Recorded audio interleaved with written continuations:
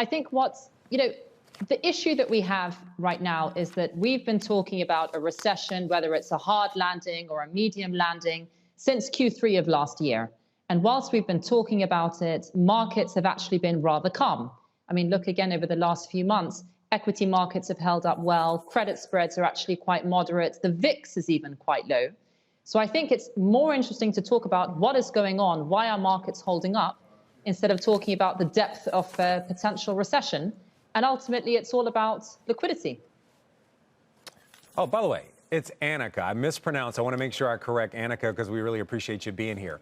Okay, I want to talk about portfolio protection for a second. You and I actually caught up about this, and you actually have an investment manifesto when it comes to that. We're going to show the viewers what it is. I'm going to boil it down. The key points here are competitive position, company focus, and management alignment. That means executives are owners of the stock, and how they are compensated is a key thing that you're looking at. So give us a sense, especially on that last one. Why is that last one so important?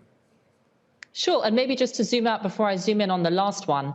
So, the volatility we have at the moment and the unpredictability around, for example, liquidity, illiquidity, et cetera, is enormous. And that requires even more discipline, strict discipline around a set of investment principles. We find it so important we dub it an investment manifesto.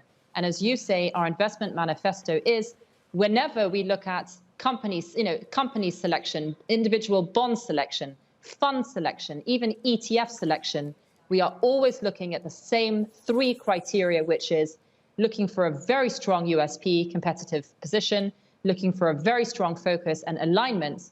And the last one, alignment, is really looking for, if you're talking about company selection, managers that have shares of their own companies themselves, whose incentives, whether it's pay, whether it's bonuses, are aligned with the metrics we are looking for.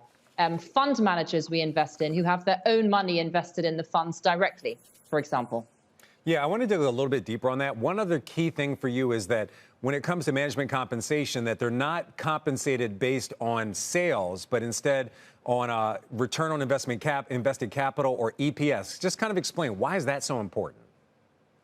Well, it's really important for us. And I think what you're seeing in this earnings season is the first crack of visibility, where you see, for example, typically sales growth is happening faster than, profit growth, i.e. corporate margins are being eroded.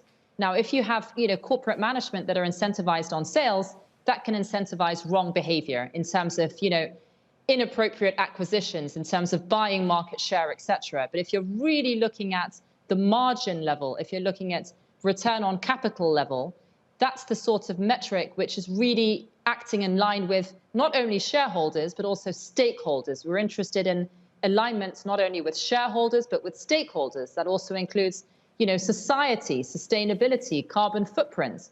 Because even from a pure capitalist perspective, not even about altruism, it's not possible for a company to be a successful, high-quality company today without taking into account the full stakeholder alignments.